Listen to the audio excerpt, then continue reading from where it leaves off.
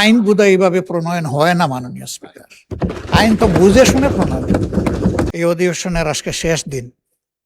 আমরা চাই যে আমাদের এই দিনটা এই অধিবেশনের জন্য গ্লোরিফাই হয়ে থাকুক।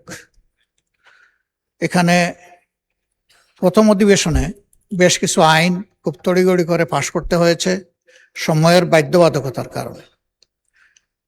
সেই সময় আমরা বলেছিলাম যে ভবিষ্যতে যেন সব কিছু আমাদের কাছে আমাদের প্রাপ্যতা অনুযায়ী আসে। এখানে শুধু অধিকারের প্রশ্ন না মাননীয় স্পিকার, এটা দায়িত্বেরও ব্যাপার। আমরা অধিকার না হয় স্যাক্রিফাইস করলাম, কিন্তু দায়িত্বে আমাদের অবহেলা হয়ে গেল।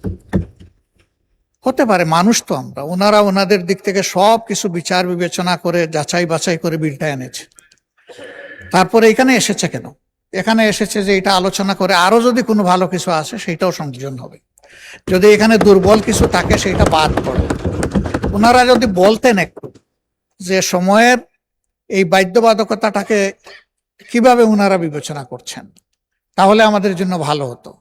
না হলে দেখেন, একটা বিষয়কে তাড়াহুড়া করে অ্যাকোমোডেট করতে গিয়ে অনেক অধিকার এবং দায়িত্ব লঙ্ঘিত হচ্ছে, এবং এইটা এই সংসদের জন্য ভালো কোনো প্রেসিডেন্স হবে না মাননীয় স্পিকার।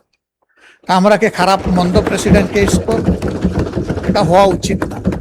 আমি আপনার সদয় বিবেচনার জন্য অনুরোধ করছি, হয় বিষয়টা ভালো করে ক্লিয়ার করা হোক, আমরা স্যাটিসফাইড হই যে এটা এখনই পাশ করতে হবে, দেখার কোনো সময় নাই, আমাদের মত দেওয়ার বা স্টাডি করার কোনো সুযোগ নাই, একেবারে এই বিশ্বাসের উপর ছেড়ে দিতে হবে।